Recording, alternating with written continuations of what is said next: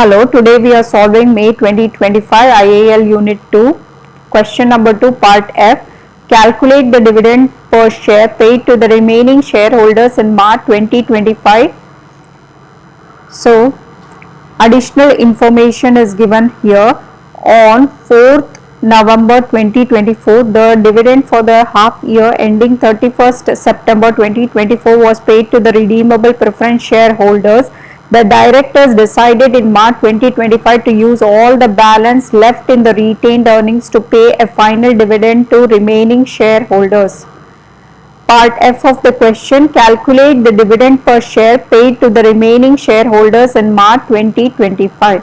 So the dividend paid per share to the remaining shareholders is the balance left in the retained earnings, okay, at the end of the year in March 2025, divided by the number of ordinary shares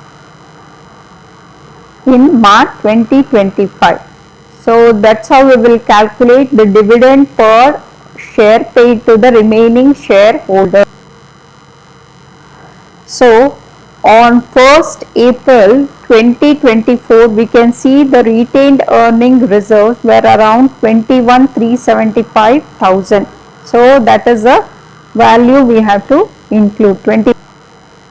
And then there was some redemption of shares, okay. So on May 1st 2024, there was a redemption of shares that bought back using the retained earnings cash. So there will be a reduction in the retained earnings. So let's calculate this was calculated already in the part C here. The value is 13.5 million. So 13,500,000 worth was redeemed.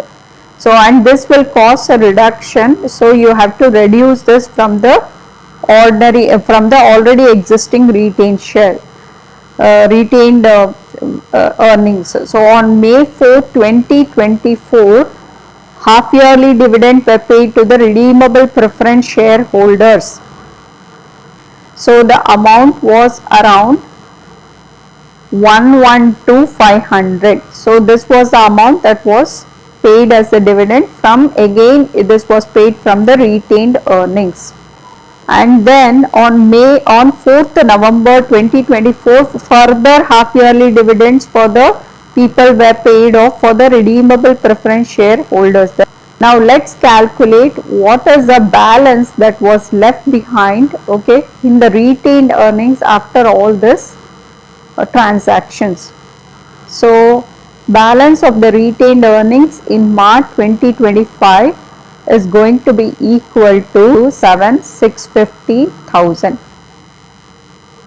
The year in March 2025, ordinary shares existing in the market, and this was placed in the capital redemption reserves, okay.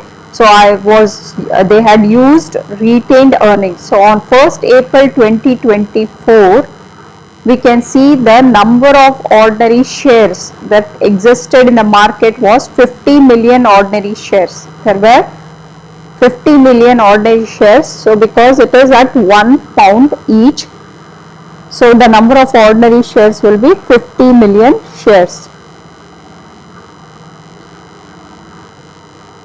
Then some of the existing shares were bought back on 1st May 2024. So which means then there was a reduction in the number of shares that existed in the market. Shares that was removed was 7.5 million ordinary shares were removed from the market.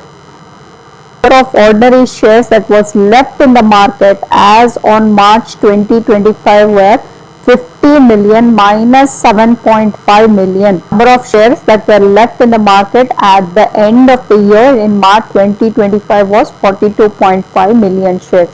Now let's calculate the dividend per share that was paid to the shareholder. Retained earnings that was left to pay as dividend was 7.65 million, okay. So 7,650,000, and the number of ordinary shares were around 42,500,000. So that is going to be equal to 0.18 pounds. So this was the dividend that was paid to the remaining shareholders, okay, from the retained earnings left. So they were paid the dividend. So that is equal to the dividend.